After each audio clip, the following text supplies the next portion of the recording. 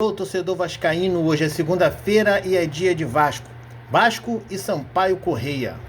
E esse jogo se tornou muito importante e essencial para a classificação do Vasco para as finais do Campeonato Carioca. Por quê, rapaziada? Porque o Vasco tem 13 pontos, né? E o Vasco, os últimos dois jogos do Vasco são dois clássicos, Flamengo e também o Botafogo. Haja vista o jogo que o Vasco fez contra o Fluminense, possamos aí já imaginar como será o jogo contra o Flamengo. E se o Botafogo vier com seu time titular, vai ser difícil também o Vasco conseguir vencer o Botafogo. Então são dois clássicos que pode complicar e dificultar aí a classificação do Vasco para as finais do Campeonato Carioca. Então agora nós precisamos aí acreditar que o técnico do Vasco, Fábio Carille, vai conseguir aí achar uma forma de colocar o time do Vasco em campo diferente e melhor do que nesses jogos anteriores aí. Essa trinca de volante, da forma como está colocado e da forma como ele tem usado, né? Colocando o meia, sendo ou o Felipe Coutinho ou o Payet solitário para fazer a ligação para o ataque, não está dando muito certo, né?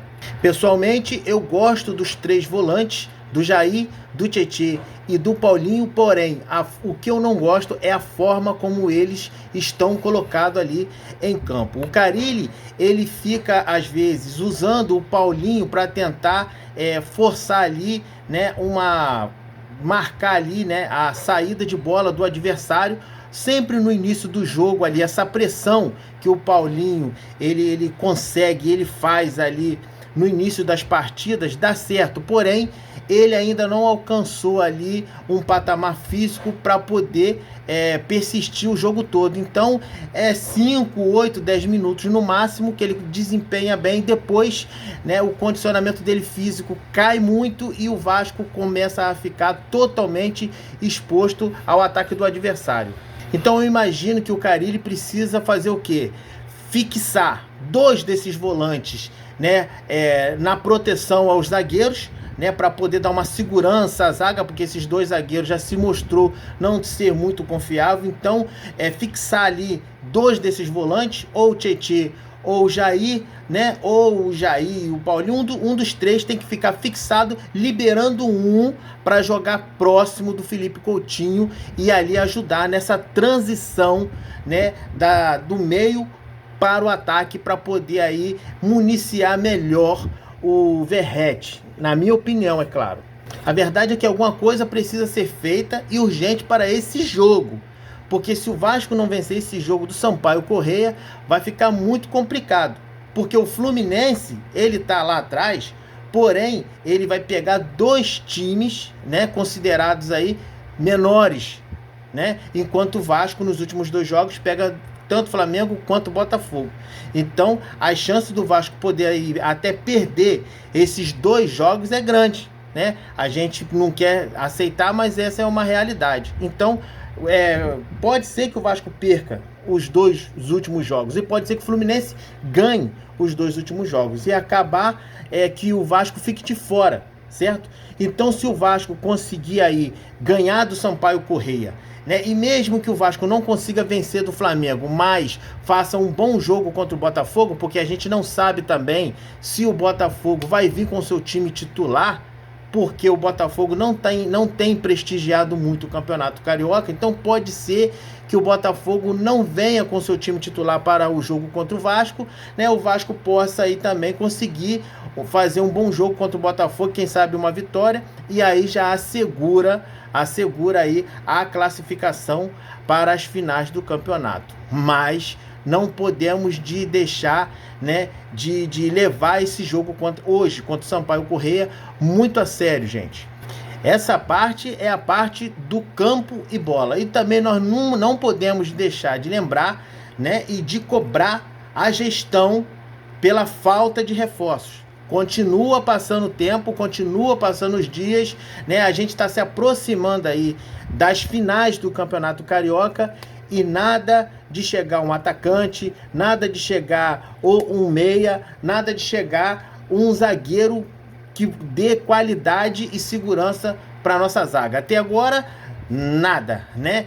Tudo quanto foi falado, né, tudo que foi mencionado, especulado, realmente não passou de mera especulação. Até agora, o Pedrinho, com a conversa fiada dele, né, de que ele trabalha em silêncio, que ele não faz alvoroço para não ser atravessado, para não ter as suas supostas contratações aí que acabem, né, sendo levada por outros clubes. Na verdade, todo o silêncio e todo o trabalho oculto que ele faz que ele acaba mesmo assim perdendo os jogadores. Aconteceu isso aí com o tal do Brugman, né? Ele trabalhou em silêncio e não conseguiu contratar, o outro time levou, certo? E assim outros jogadores que vêm sendo vinculados aí, que vêm sendo falado, especulado, e nada acontece. Eu nem tenho falado de Rony, gente.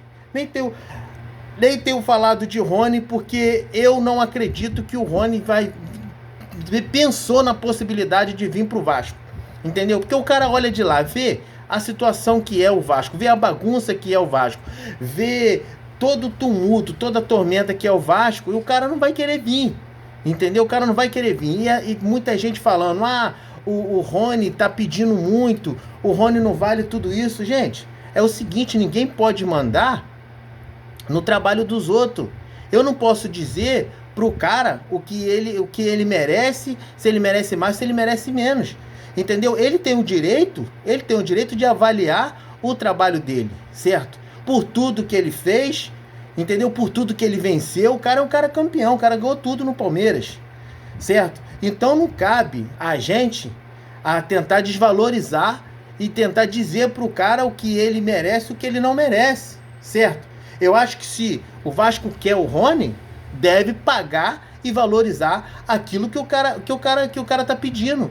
Ou então deixa de falar no nome do cara, certo? Tá usando o nome do cara para tentar aí, gerar um alvoroço, gerar alguma coisa no torcedor, e aí depois, quando vê a realidade do salário do cara, né? Aí diz que o cara não vale. Pô, eu pagar 1,5 milhão para Felipe Coutinho, pagar 1,5 milhão para Payet.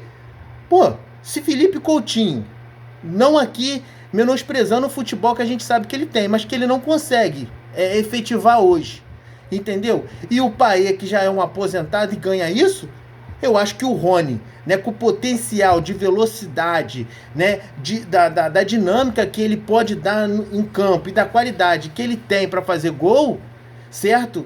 Eu acho que esse 1,5 milhão valeria muito mais a pena você pagar para o Rony do que pagar para esses dois caras, entendeu?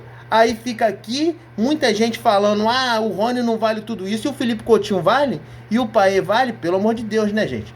Pelo amor de Deus, não venha querer dizer pro jogador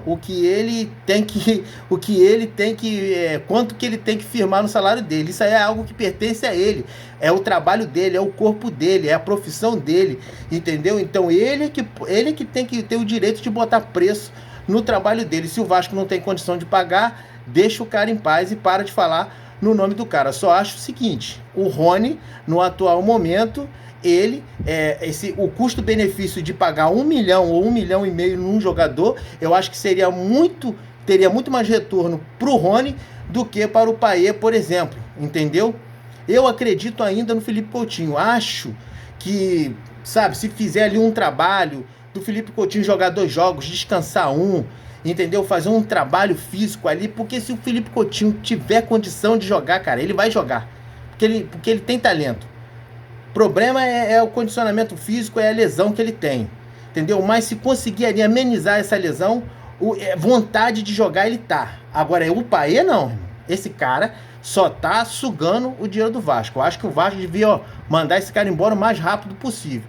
E aí pegava esse dinheiro do Payet e botava no Rony, entendeu? O custo-benefício seria muito melhor. Então, rapaziada, é hoje Vasco e Sampaio Corrêa. Todo mundo aí, pensamento positivo, ligado nesse jogo, torcendo pro Vasco aí vencer o Sampaio Corrêa e quem sabe ter uma classificação para as finais do Campeonato Carioca mais tranquilo. Valeu, rapaziada, até o próximo vídeo. Tchau.